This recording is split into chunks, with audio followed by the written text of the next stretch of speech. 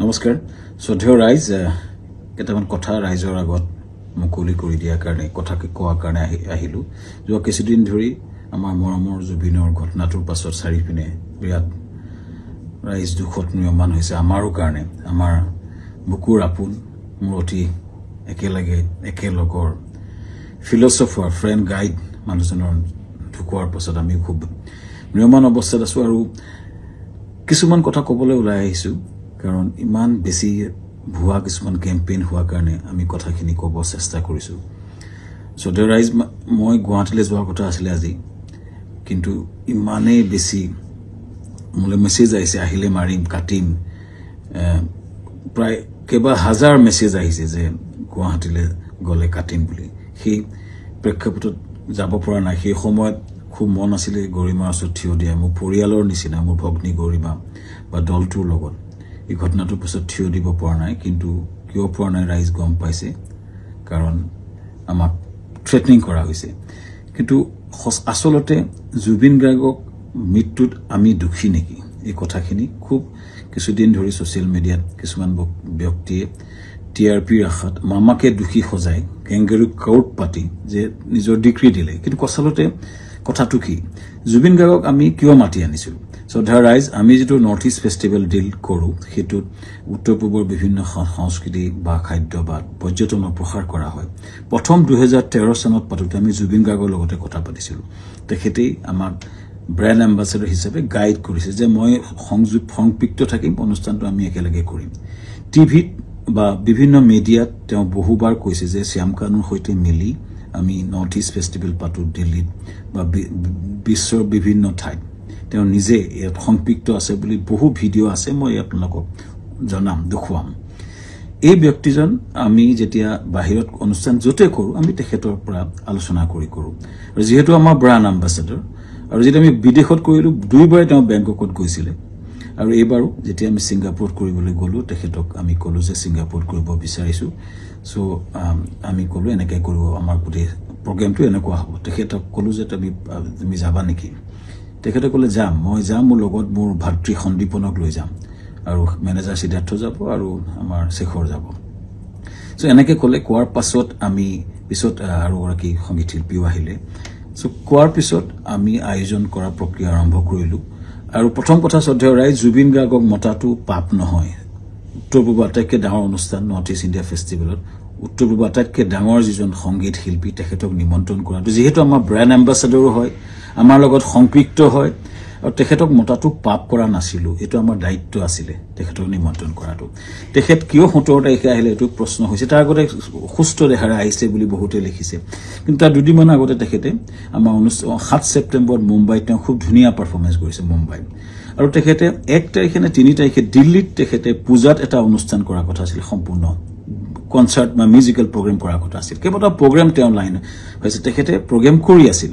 so কটিকে সুস্থ দেহাৰে আমি অনাটো আমাক এটা অতি ভুল দোষাৰোপ কৰা হৈছে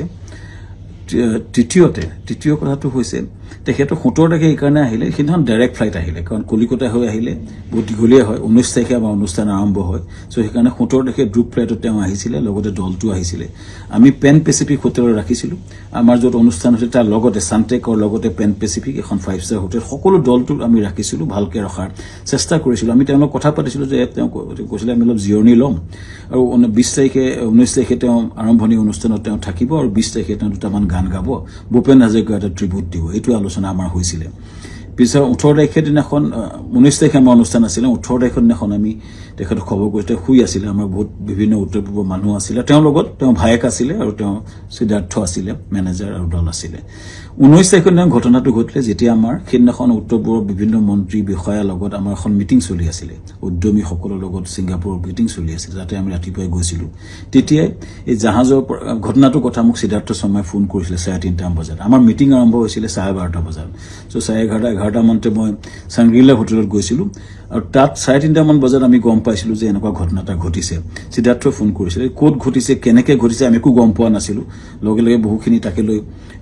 ফোন আহিছিল কিন্তু মই উত্তৰ দিব পৰা নাছিলো আসলতে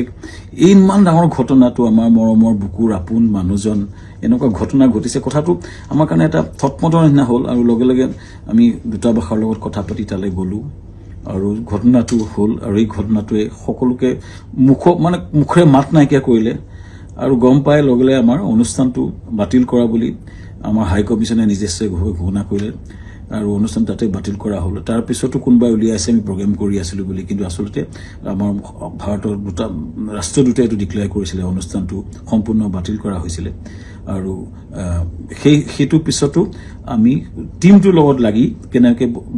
কেনেকৈ আমাৰ পাৰ্থিৱ শৰীৰটো গুৱাহাটীলৈ পঠাব পাৰি তাৰ লগত মই কাম কৰিছিলোঁ সিদ্ধাৰ্থ লগত আমাৰ মৰ্গত আমাকে যাবলৈ দিয়া হৈছিলে সিদ্ধাৰ্থ আৰু সন্দীপন শেখৰৰ লগত আৰু তাৰ পিছতে কেম্পেইনটা আৰম্ভ হ'ল আমাৰ বিপক্ষে সেইদিনা মই কৈ আছিলোঁ যে মৰ্গলৈ যাওঁ বুলি কোনোবাই সেইটো মদ খাবলৈ যাওঁ বুলি এটা কেম্পেইন কৰিলে কোনোবাই ক'লে যে শ্যামকান্ত মহন্তক ধৰি হত্যা কৰিব লাগে এনেকুৱা ধৰণৰ কেম্পেইন আৰম্ভ হ'ল আৰু এটা ভয়ানক আমাৰ বিপক্ষে এটা কেম্পেইন শ্ৰদ্ধা ৰাইজ এটাই মই ক'ব খুজিছোঁ যে আমি গোটেই প্ৰক্ৰিয়াটোত কোনো পধ্যে জড়িত নাছিলোঁ য'ত ঘটনা ঘটিছিলে তাত 12-13জন মান অসমীয়া সমাজৰ লোক আছিলে আৰু জুবিনৰ দলটো আছিলে যেতিয়া ঘটনাটো ঘটিছিল তাৰ বহু দূৰত আমি আছিলোঁ আমাৰ দলটো বহু দূৰত আছিলে চ' আমাক দোষাৰোপ কৰি এই প্ৰক্ৰিয়াটো কিয় কৰা হৈছে কেইজনমান ব্যক্তিয়ে ইচ্ছা কৰি এটা ডাঙৰ কেম্পেইন কৰি পেলাই আমাক বদনাম কৰাৰ বা হত্যা কৰাৰ প্ৰক্ৰিয়া যিটো কৰিছে শ্ৰদ্ধেয় ৰাইজ তাৰ এটা ন্যায় বিচাৰিছোঁ এতিয়া SIT হৈছে আমি খুব আদৰণি জনাম যি প্ৰশ্ন হয় উত্তৰ দিব বিচাৰিছোঁ কাৰণ আমাৰ ফালৰ পৰা আমি ক'বলগীয়া কথাখিনি আমি কম আমি আদৰণি জনাইছোঁ সঠিক তদন্ত হওক কিন্তু এই যিটো ঘটনা ঘটিছিলে জাহাজখনত বহু দূৰত আমি আছিলোঁ আৰু আমাক সেই ঘটনাটোৰ সময়ত এই যিকেইজন ব্যক্তি আছে তেওঁলোকে তাৰ কথা ক'ব পাৰিব কিন্তু আমাক সেই ঘটনাটোৰ সময়ত আমাক সম্পৰ্কে কোৱা আমাৰ একচুৱেলি আমি নাজানিছিলোঁ কিন্তু এটা কথা হয় এই যিটো ঘটনা হ'ল এই ঘটনাটো আমাক সম্পূৰ্ণৰূপে বিধ্বস্ত কৰিছে আমাৰ জুবিন গাৰ্গ আমাৰ কাৰণে আছিলে সাহস জুবিন গাৰ্গ আমাৰ আছিলে ব্ৰেণ্ড এম্বাছাডৰ জুবিন গাৰ্গ আমাৰ অনুষ্ঠানটোৰ মূল হৃদপিণ্ড আছিলে হৃদপিণ্ডজন যোৱাৰ পাছত আমাৰ যি অৱস্থা হৈছে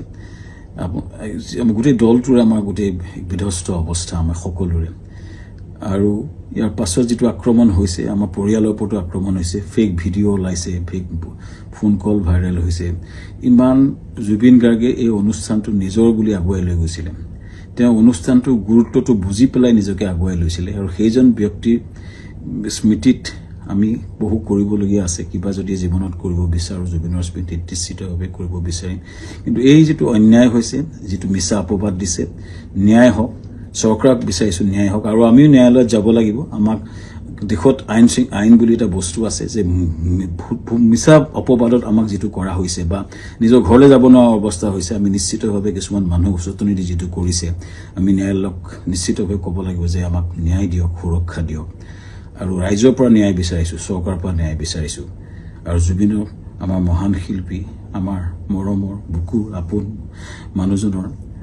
আত্মাই চিৰ শান্তি পাওক ৰাইজৰ পৰা আশীৰ্বাদ বিচাৰিছোঁ ন্যায় বিচাৰিছোঁ ধন্যবাদ